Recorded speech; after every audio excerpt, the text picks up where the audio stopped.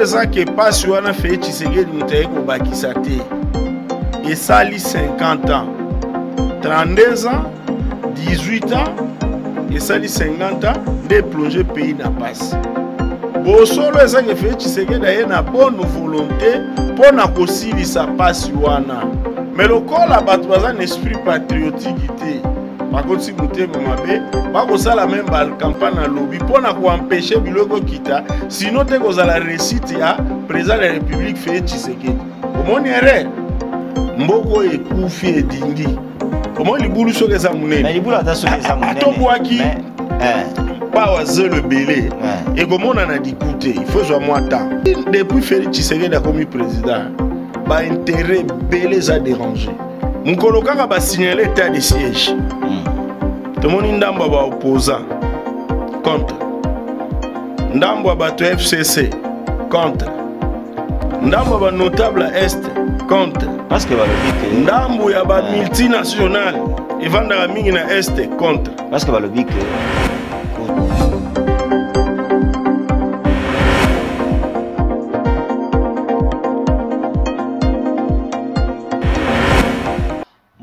balandi ya main télévision boza déjà bisika nyonso na mokili mobimba boza na États-Unis na France bozolanda biso en direct ya main télévision boza na Lubumbashi Lualaba Kisangani na Équateur boye malamu na émission na bino ya Tosololango awato kobeta masolo e etali mboka République démocratique du Congo na oye etali politique oye etali social ya population tokobeta lelo lisolo oye etali union sacrée santé à union sacrée ezandenge nini est-ce que esengeli kako espérer que union sacrée ekotenir ti nasuka ya mandat ya Félix Antoine Tshisekedi ou bien kokende na moi kokabwana parce que tomoni déjà bandeko mosusu bakosala déclaration lokola Denis ndeko Denis Sesanga oyo alobi ke ngai naza na kati lisusu ya union sacrée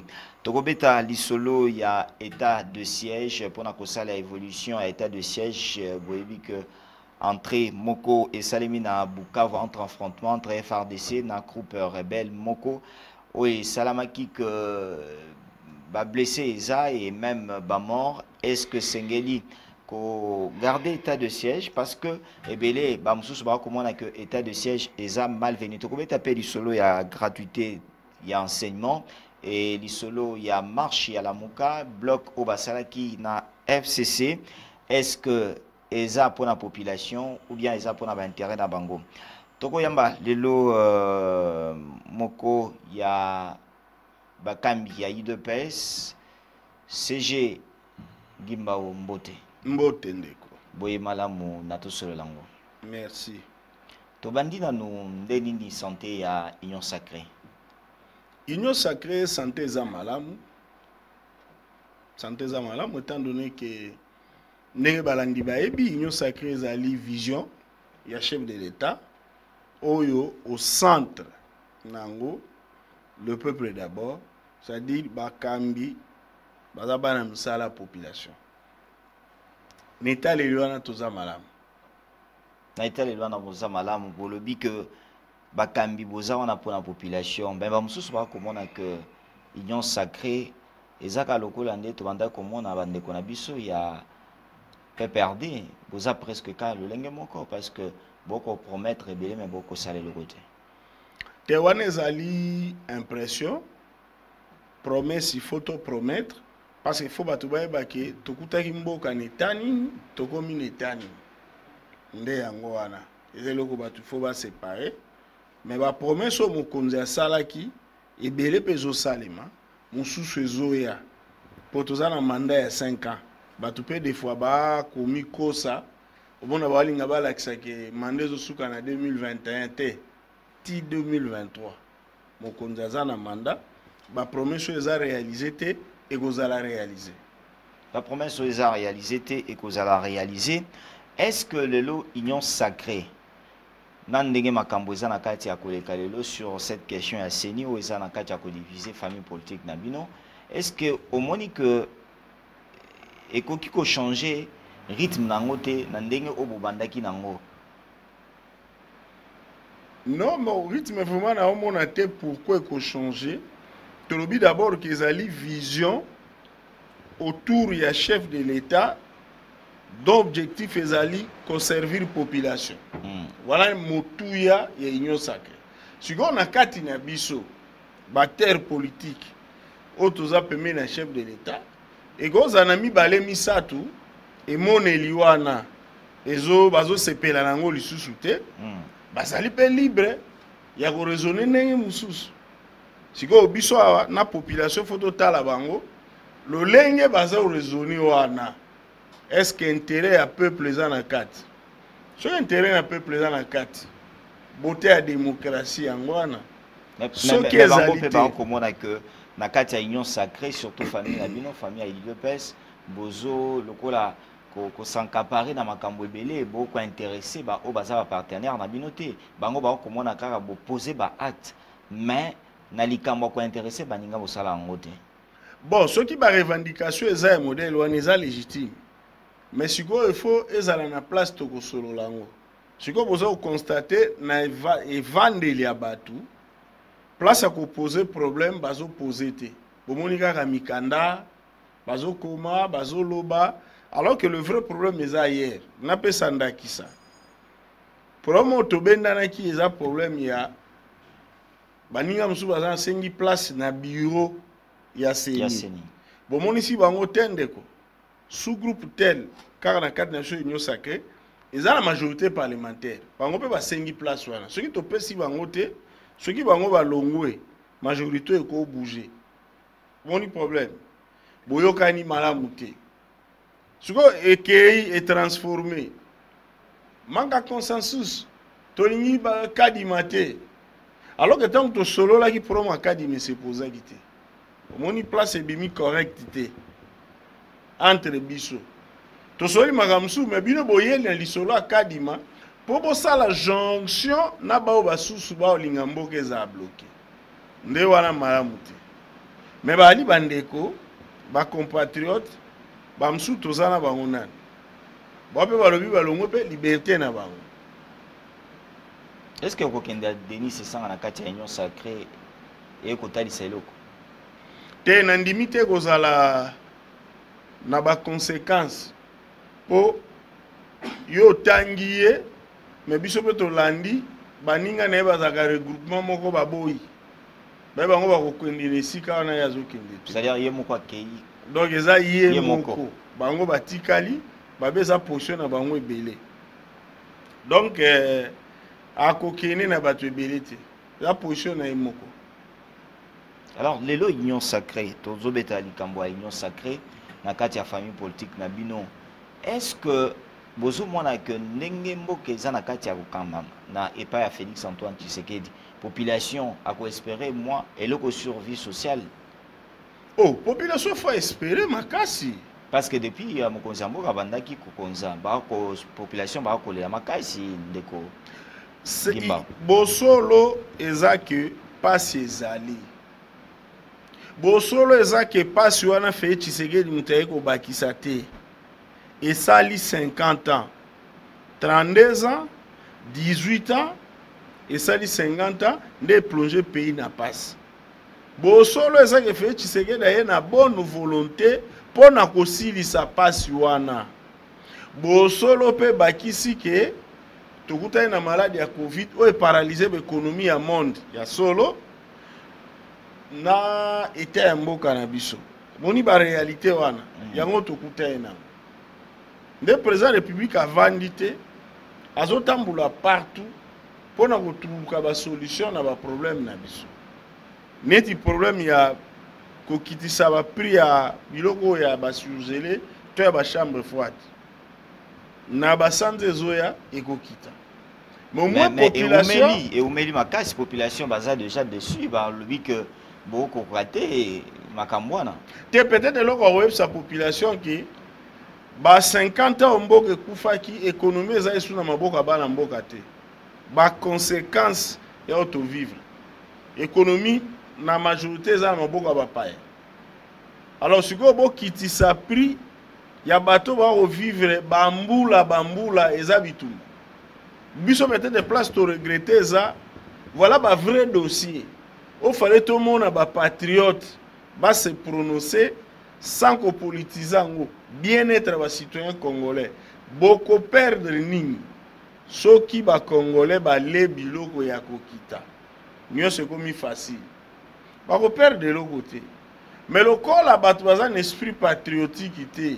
Bako ti muté mabe, bako ça la même bal campagne à lobby pour na ko empêcher biloko kita, sinon te ko za la récite ya président de la République fait Tshisekedi. Au moins erreur ne passe tozana. Mais au moins eloko ezanga ba président belé ya Congo la volonté politique. Félix Tshisekedi azanango ya ko sala malamu pour la population na ye. Mais moko Félix Tshisekedi aza malamu pour na ko sala bolamu pour la population na ye. Mais bazo accusé bino pe bato boza na kati ya union sacrée que boko aider mokonzi ya mboka Félix Antoine Tshisekedi te eza lokola ndeko Kabila alobaki que azangi 15 personnes bako kozala tout autour de lui pour basala makambo ya bien nde eloko moko balobi pe que peut-être Félix Tshisekedi azangi pe bato wana te Félix Tshisekedi azangi bato te azakutu na bato ebele ba mususu nano aligné te mais balobi que bazo induire ye na erreur mais tokoki reconnaître que bandeko mibale misatu bako kotambola na mbeba wana pe bosolo mais koloba azangi bato te boko tuna ye po ya azangaka bato ye mutu alobaka baki azani na bato te wana ye nde omoni bato bakoganga ganga mais yo ozoganga lelo contre Félix mais lobi ozalaki na ngambo oyo banda oluka 15 personnes ozalaka même pas na liste ya 15 personnes mais lelo olingi opesa Félix Tshisekedi baleson nde omoni ekoma osekisa biso makasi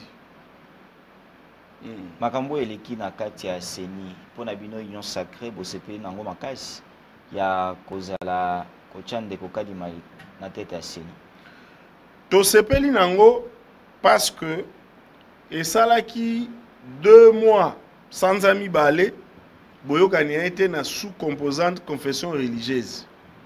Conséquence nango ezalaki glissement vers l'élection. Osoko landi bandeko ya opposition honorable Fayulu tant bazo sala marche na bango baza koloba toboyi glissement.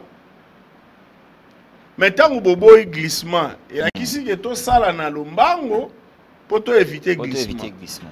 Mais bango basai calcul wana te on dirait ba travailler pour to kene na glissement mais ba ko préparer population. Problème sous babandaki pe kotambola parce que na kati ya composition ya bureau ya seni et comment qui va politicien et belé na kati ya ngwana balobaki il faut que dépolitiser likambo ya seni ndeko langage wana ti lelo biso tozo comprendre ngote soki oye osali parti politique na yo oye ko sala politique tant bokoti na institution à l'état boza ko continuer ko sala politique sikoyo na bamboko ya démocratie ya kala yo ya minene wana ba États-Unis ba France élection za organiser na ministère intérieur biso sikoyo na Afrique pona ba problème auto suite ozwa toyeko yoka na pré ba conférence nationale souveraine ya ba 90 to pesa organisation élection na ba commission électorale oyo biso nyonso tokozala na kati pona to se surveiller mutuellement soko kamati constitution na biso seni babenyango institution d'appui à la démocratie donc baye ko sala politique mais na objectif ya ko accompagner l'état na démocratie à travers l'élection siko yo ko dépolitiser ngo ndenge nini do ezali concept moko flou oko senga bato ba ko sala politique oloba o dépolitiser bango alors qu'objectif ba atteindre institution d'appui à la démocratie za makambo politique eza ko kamo po boko loba même tolobi bo toko tchaka ba pasteur na ba sango mais po ba sala musala nini po bake ko teya te bake ko sala bilanga te bake ko sala politique mais na côté ya démocratie po démocratie kende liboso pour l'état ko futa bango sanza nyonso te biso tozwa meya te tout ça la politique te la seigneur dépolitiser oyokango tendeko wana ezali ba discours populiste pour na relaxer la population dépolitisation à seigneur l'axini et batu ba ko senga dépolitisation kaka bango wana tango ba confession religieuse bavandi na réunion bakamati memorandum na bango babengi nganga nzambe moko bapesi ye kende kotsango na mesa na mnoku na bosolo lamuka azwaki memorandum bapesa nganga nzambe moko aye nango na table kuna yo lingi de politisation moko utiliser ba finité personnelle na nganga nzambe moko akamata mukanda lamuka acha na table pona bosolo sko acte wana opposé yo poza ko dépolitiser seni toza ko politiser mo mais bango balobi que bino IDPS union sacrée bozana kati ya ko sala chemin pour que 2023 ibongama pona bino boza déjà na cour constitutionnelle président aseni yango nde ezalaki makanisi na bino parce que na tango wana il fallait que kopona oyo ako remplacer Corneille Nangaa balobi que bino bandeko na biso catholique balobi que moi maintenant ezalaki pa ya ba nganzambe ba mususu ba yokaki kutume balobi na détermination balobi que ba message banda ko uta na présidence de la République pona ko insister ka pona kadima tango bakei côté ya ndeko mboso ayibisi bango bozo 48 heures bozo 72 heures bayokana bandeko catholique basengi ata basi confession religieuse mususu tozongela ata na batu mususu mais tozo kadima to cha mpanzi bandeko ya si confession mususu baboyaki yango na nde bakokanisa balobi que union sacrée bino nde boko tsaki mobulu na kati ya kopona ndeko kadima zongela na accusation liboso balobi Kadima baboye poazali proche ya chef de l'État. Mais bakosite balobi aza moko na bino ya IDPS. Moko na biso ya IDPS. Moko na biso ya IDPS elakisi azalaka na carte ayaka ba réunion ya IDPS na cellule ba section na ba fédération. C'est-à-dire aza nango te. Mutu moko te akoyela biso image wana ndeko Kadima. Et puis CV na ye o balakisi biso na ba confession religieuse. A passer plus de temps à l'extérieur pour superviser l'élection qu'il y a. Mais bango balobi ki azaki na présidence tango Félix Tshisekedi azwaki bokonzi. Ma koki koya azali citoyen, akoko za na relation. Mais lokola ba proche na non moko ya ba famille politique. Akoki pe koya a tenté même ko négocier avantage moko pays za azamu payate. Kadima za étranger te. Biso loko tozo sepelate zani. Pona boko loba likolo na nenga ba intellectuel. Akoya na présidence. Mais vérité zani azali muluba oyo ezali impropre pona bato bango balobi critère ali boso esa kutu même pona likambo ko sala muluba te ndeko gimba oyo biso toyoki na banzela baleki ya diplomatie botu na bango bato ya Félix Kadima za tribu moko na chef de l'État argument principal yango wana est-ce que Kadima senga ka botama muluba bozote ya biso bolobi na biso que dans les crises il y a ni juif ni grec. Maintenant ni so comme kota la bande ko bino bo tala ekolo. Omoni biloko ngo tozo kama. C'est-à-dire ba oyo ba salaki que bazo contester ndeko Kadima. Bazaki na je mususu bazaki na kati ya osala. Te bazana vision mususu. Eza vision mususu eza vraiment wana te. Mais to suite leki étape wana ndeko Kadima za maintenant ye a travaillé pour rassurer tout le monde.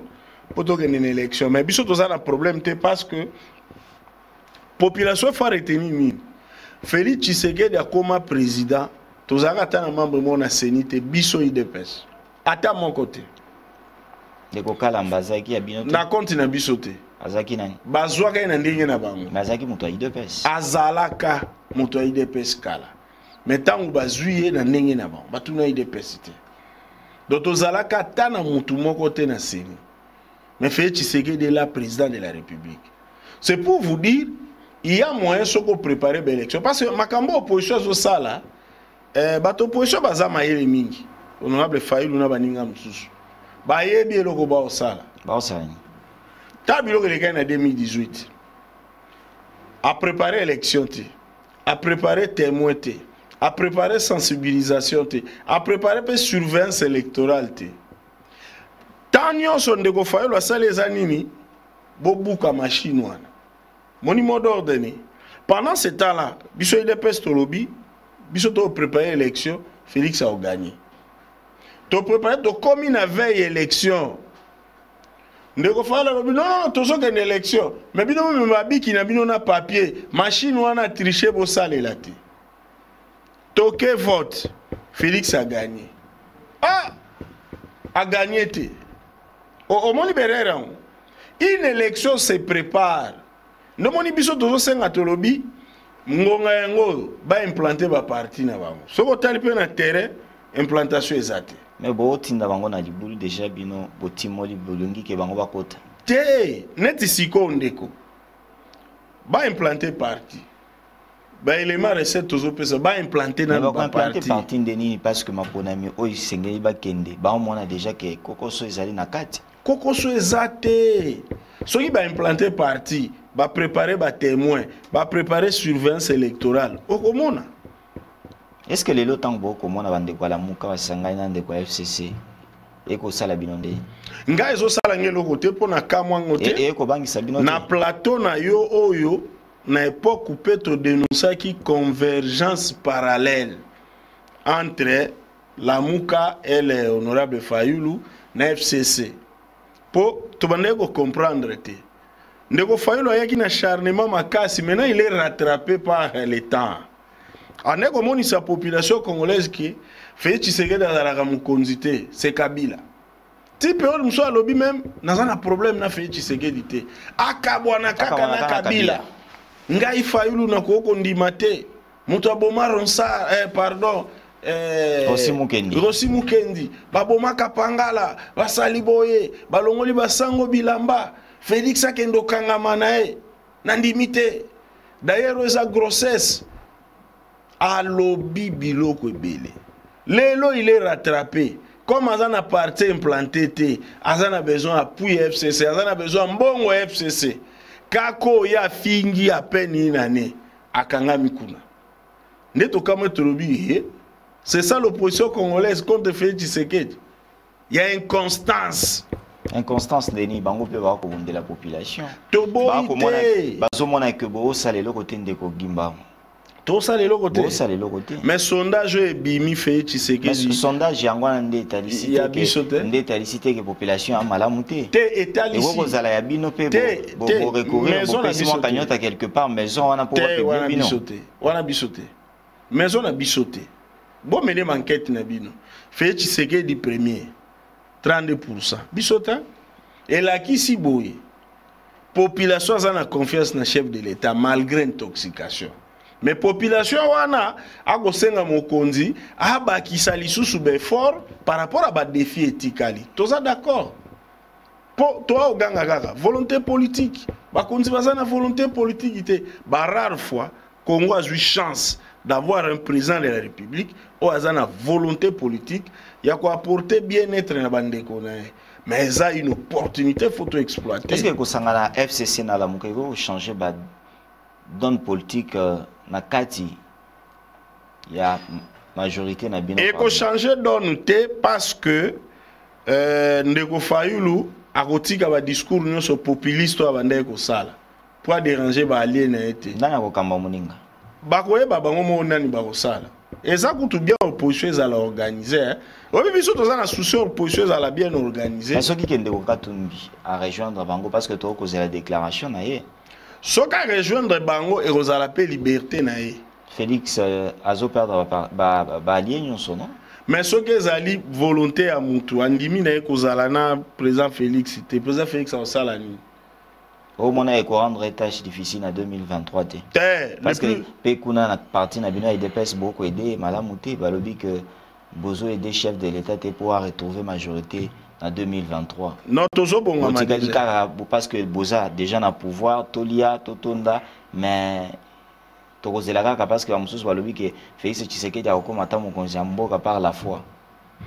Te ça nango pe ba point de vue à bateau. Mais ça na niveau IDPS toujours bongama pour na ko réussir réélection à président Félix en 2023 et puis qu'on peut ça majorité. Attends, ça est toujours se préparer. Mais tout comment on a parce que 2021 on a 2022 il de pèse sur terrain tout au cabinoté le Hollandais bande on a biso a pas perdre temps des acquis que bazo s'approcher mais pour nous bande sentir vraiment qu'il peut perdre ça. Te ndeko faut distinguer ba période. Nanu to komi na année électorale te to koma wana. Bo sentir il de pèse. Pour l'instant, nous sommes en 3e année na biso. Tokende vers 4e. Omoni. Donc président Azanatan. Azanatan nae. Mais président Zosala. Même place à Kekuna na réunion à COP 26. Bokite-moi le meilleur koya. Et oya pona banane.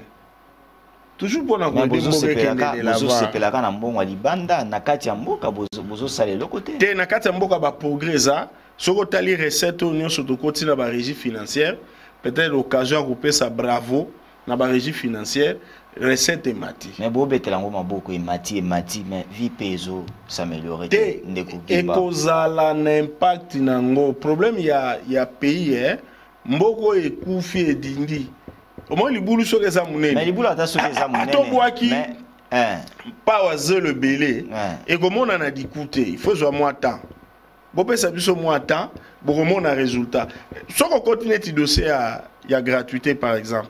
Ndeko tolongoli 6 millions des enfants na âge à scolarité balongwe balabala bakoti kelasi.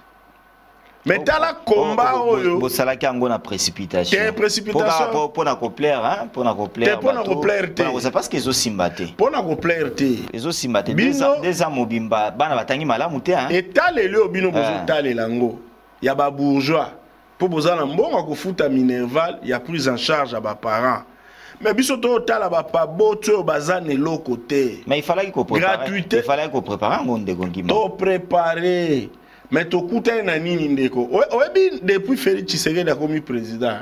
Ba intérêt belé za déranger. Ba to wana ba intérêt na bango. Nana déranger ba intérêt. Ba mesure azozo.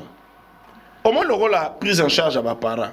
Et ne ko permettre moi batu ba vivre bien. Ah ouais. Ba tonga ba chantier. Poza mbonga sûr ya ba parents balé na moi makoki. Siko yo lobby gratuité prise en charge koufi. Imaginez Ndeko Félix Mokazaki na immeuble na zotonga. Tant boy gratuité. Ya ko kota sous selo te bondimi gratuité pour supprimer prise en charge. Ba chantier ne komi wa. Et quoi it? A on se perd en fait Tshisekedi te. Voilà combat fait Tshisekedi azobunda. Imaginez ba prix à bampiodi. Ba soso ba squeeze nyo sutoliak. Ta la place ya utaki. Bato ba tchaki prix likolo. Ba okotsa mbongo. Tango yo lobi non prix ezo kita. Bato wana nyonso ba projet na mayo wo. Alors Félix Tshisekedi wana oya bomi cop côté éducation. Oya bomi cop côté ba surgelé. Mais azo na misu ya ba bénéficiaire. Azo boma cop. Ata ko boma cop mais ezo simbate. Tu comprends awa bana basali soki 2 ou 3 semaines depuis classe ezongaki babanda kotanga te. Pona nini ba enseignant ba ko réclamer mbongo na bango. Kota ba enseignant fait Tshisekedi abandi asalaki mwa osumuke. Alobi pe silité ko continuer. Masolo ezali regretter hein babanda ki er moko na ba parents bazuza ba moins 500 moins 600 dollars avec Félix Tshisekedi ba 150 ba 200 ba ko kama et tandis que bazaki déjà na ba responsabilité belé o ba bazwaki na vie na bango. Et loko to lingi to limbola ezani ndeko. 6 millions d'enfants. O ba kotaki batu ba otala wana te. Ata ba kotanga na condition. Tozongisi bango libanda. Tozu prise en charge à vos parents. Est-ce qu'il y a des conséquences? Il y a des zoya. Il y a exclusion à 6 millions des enfants. Totiki ba ona balabala. Nakati na bango, ba chéri ba ko émerger, insécurité ko émerger, les enfants de la rue ba ko émerger, pas si yanani, ya biso baboti. Yango tozo senga ne logo toza la pena mawa. Ya baboto yo baza démini. O bana batigale ko mon école te. Oyo zo poser ya ba condition. Toza d'accord na critique ba condition ezama be hein. Toza d'accord. Ya wande ba lobi que bozwa kinde ba mesure ya bien kitoko te bosala ki yango na précipitation pour na coupler juste à bato. Ya wande lelo ko simba te. Ndeko mesure e pesi 6 millions d'enfants bazonga kelasi boko benga ngo plaisir te. Eza bomo ya batu. École primaire est un objectif apprendre aux enfants à lire, à écrire et à compter. Imagine 6 millions d'enfants. Ba yebite, ba ignorant wana venir na bango lobeza wapi. Ozo mona place biso toza. Ya to bito sangisa nyoso. Il y a un souci to améliorer qualité enseignement o ekufa depuis régime maréchal Mobutu. Ekufi na Félix Cité. C'est malhonnête ce qui ba to ba ko lobabu. pour l'amélioration gouvernement azwaki mikano bino na amélioration toza d'accord na condition ya mosala ya enseignant toza d'accord na condition ya kobakisa ba kelasi ba etelo pour na bana batanga nde yango peru toko tosala omone eloko wana mais siko bato balingi population te Félix na ba mesure wana azwi Félix Tshisekedi abomi ba cop ba bénéficiaire ba cop abomi cop anani ya ba bazaki ba bénéficiaire ya ba système wana nyos ezala na surgelé ezala na éducation comme na bango ekufi ba ko mitika te ba se constituer dans un lobby pour na ko faire échouer ces locaux o eza bénéfique pour la population omoni pasi place ezali nde yango wana biso tozo lancer appel na population to soutenir le président de la République pour ba mesure azozwa eza bénéfique pour la population ba msusu bazana ba mbongo na bango bazwa na ba régime akala ba yo biabino bana batanga te bango bazana eloko te mutu azana souci ya mwana na yo poza na makoki ofuta classe te mais faut soutenir ye pour mesure les bénéfiques pour la population mais enseignant mususu balobi que babanda komona ndeko Tony mwa ba musika tango Willy Bakonga zaki ministre banda koloba makambo kitoko mais tango komi le ministre ya EPST a commis le kola ennemi ya enseignant. Bon, je crois que ba PC temps a outil koya eza facilité koza la ministre na ba circonstance ya biso na Congo. Ba pesa etant mais surtout abandaki ko sala le fond de makaji. Le fond? Oui oui. Tango Willy Bakonga azalaki na esika wana ye alobaki ke ayibaki makambo nyonso eza na kati ya koleka aza capable ya kosala makambo ya gratuité enseignement organisatif ba point de presse mpona koaccuser ndeko Willy Bakonga mais ye moko akomi makambo ekomeli ye tomoni bana kotambola kokende palais du peuple bayambaki bango balobi makambo ebele.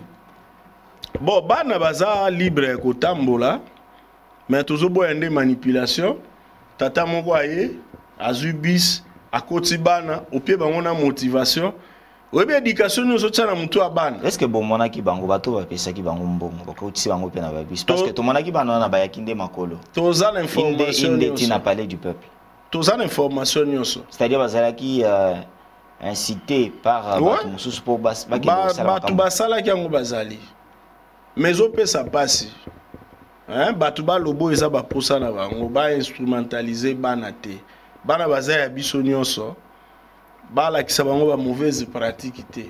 Est-ce que eza volonté c'est-à-dire makanisi mabe kozala nde to koloba ke motema mabe ou bien bazo sala juste pona ko lakisa ndeko Félix Tshisekedi ke tango mususu okozoma mikano okozwa ba décision zongo na ndenga bien po etambola pe bien te eza deux niveaux eza na ba congolais oyo bazo pesa makanisi po eza l'améliorer ba congolais wana bravo baza sincère mais ali na catégorie ya oyo pona bango pour des raisons mingi tribal ya haine fait Tshisekedi ko réussir te ba koloba réussir moni problème des catégories donc ba ndeko ba koloba parce que souci na bango eza ba mona makambo etambola ba wana toza na bango problème te pour toza na posa démocratie to ka pe bandeko ba ko kanisa mais ala ba oyo pour des raisons ya haine pour des raisons tribales et loko mon côté Félix akosala fo simba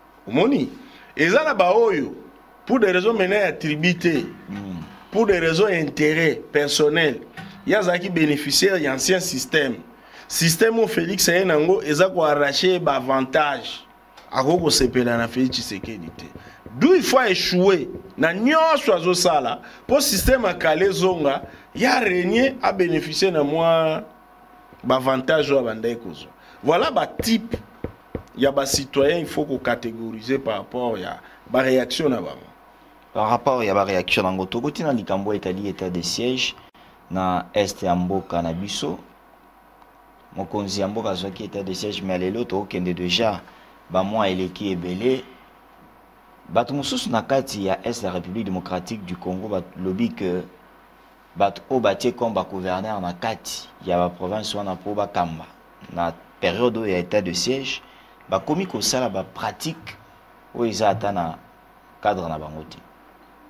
Bon, côté ba dénonciation ya ba dérapage soki ba dérapage ezali il faut biso nyonso to dénoncer wana eza mabete mais place biso tozo kamu eza nini mukolo kaka ba signaler état de siège tomoni ndambo ba opposant contre ndambo ba to FCC contre ndambo ba notable à est contre parce que balobi que ndambo ya ba multinational evandaka mingi na est contre parce que balobi que kozwa o Félix Tshisekedi azwelaki décision ezaka kana ndenge moko nde na uti koloba makambo ya gratuité d'enseignement ba mesure d'accompagnement eza te kolandela nde likambo ezalaka te omoni convergence ya vue wana ndenge ba criminel balingi état de siège te ndenge moko catégorie moko pe ba citoyen balingi te de place tozo comprendre te état de siège yé pour sunga retour à la paix mais to constater un état de siège ba criminel ebele baza neutralisé ba ko pesa kutu ba chiffre chaque semaine na porte-parole l'armée na la police et puis bato pe bazo continuer kokufa nazo ya to constater mandoki ebele za récupérer to constater même eloko ya kitoko bisike koma lokola ba sanctuaire otozaki susu na accepter to récupérer ango même ezaki na ba frontière na ba pays voisins to constater lisusu même bandeko ya biso moko ekomaki cop na bango nde bakino balobaka bakolela na insécurité donc na makila ya ba congolais bango balelaka yango commerce à côté kaka mandoki siko ba criminel balobi nini non il faut te frapper dur to frapper imagination to koboma batu to kati mitu to kangi ba photo mbangu mbangu to boaki batu bayoka somo ba pekse état de siège pour biso to respirer et place wana ba bazaki ko réussir babandi ko réussir po moi batu bakomi kotala ah soki boto tika état de siège siko to proposer nini à la place parce que armée za ko bunda na police na ba service à renseignement pour na retour à la paix si ya corriger ça ma bête ndeko to corriger ne to ki kuna balobi nini problème effectif baba kisi to ki balobi lisusu nini logistique baba kisi moyen to ki balobi nini kutu bambongo mususu ezo koma na STT kaka partir ki sasa mbongo ne Cécile boni ba biloko photo corriger mais pona nini bazo dénoncer ba biloko no sonate ndeko mboso alobela ki ba député na kati ya Assemblée nationale ke balongo na kati ya ba groupe armé mais likambo eza na kati ya kokamusa population eza que ba politique auto za na bango na kati ya mboka bayebi précisément baza na ba information sur bato mususu mais pona nini ko rendre bango liboso ya justice te ou bien ko kanga bango te tozo kende étape par étape omoni guerre pasi nango ezali bandeko ya biso ba congolais bakoti na kati elokola mwana ya yo moko akoti bitumba na kati ya ndako no oza na difficulté po yebi papa lalaka yebi papa lamuka ayebi mama kenda kosokola ayebi bachaka biloko na mesa bitumba bongo kolonga ngo facile te po ya yo baza na kati nde niveau tozali implication ya ba congolais baza na conscience te babimi complice ya liwa ya bandeko na bango nde baza usala biso pasi mais tokokoma tokolonga pour la paix il faut zonga na est du pays voilà tokotika te mais ça la passe quand même comme on a moto ndenge balakisi biso na bakangi 20 ans 18 ans cop na ngwana makila bandeko na ozomona alors il fallait état de siège et bimisa biloko wana nyonso tomona cette réalité triste devant nous mais pona nini tokomona mokonzi ya mboka azolinga kimia na est ya mboka otangi bandeko na biso parce que ba oya biso baza na kati ya guerre eza na est ya mboka mais likambo mususu ba komituna pe ba voisin na biso to ebi bango pe ke bayaka toyoka tina ba groupe armé mais pona nini sur le plan diplomatique ba loba ke toza ya kolala makasi pona nini to ko réagir directement makasi te toza ya kolala te peut-être président république ndaza na difficulté à dévoiler stratégie nyonso ndelo peut-être batu balingi soka dévoiler ngo siko c'est une erreur akoko dévoiler stratégie nyonso te. Mais oyo alobaki au moins bato nyonso bayebi ezali conflit ya est eza na dimension ebele. Eza na dimension politique, eza na dimension diplomatique, eza na dimension sociale, eza na dimension communautaire, eza na dimension économique. On y ba dimension à la nyonso. Maintenant pour chaque dimension, il faut une solution. Au monde, eza conflit ça plus de 20 ans. Ce que conflit ça plus de 20 ans. Moi na 20 ans, asa maman mobimba, asa tata mobimba. Ce que asa qui peut mbangu passer à pesi bakoko. Donc eza blague tête c'est tout un système vendre les sakabat. Ya on a joué ça dans lobby difficulté à faire Tshisekedi. Eza aza ko s'attaquer na ba intérêt o bande ko lesa mabota pendant ba année ba congolais mususu. Ba congolais mususu. Ce que ba otala fait Tshisekedi construit une menace pour les intérêts. Est-ce que Tshisekedi au Kenya état de siège tine sécurité comme ça? Ata soki 4 ans, 5 ans, tous à état de siège. Tolobi 50 bâtiment se bazo surveiller. Parce que mokonzi mboka ye moko alobaki que akokata état de siège mokolo oyo kimia ekozana kati ya mboka. Bon on a la lobby dans 5 ans. Dans 50 pour modèle armé zo tourner to koloba kaka to ko supposer kaka parce que to bandaki état de siège na yebi que il faut tous ça déjà au délai à 6 mois. Problème ezawa biso tozana besoin kimia zonga. Arma sala musala memela biso kimia. Pour totali 18 ans 20 ans babomi kaka bato. Bon so totali 2 ans basala basisa musala mabeza wapi. Stratégie chef de l'État toza faiblesse diplomatiquement. Ya biloko koki kokende ko bunda batu bakufa chef omemi yango koto na kosolola to na sensibilisation eza mabete.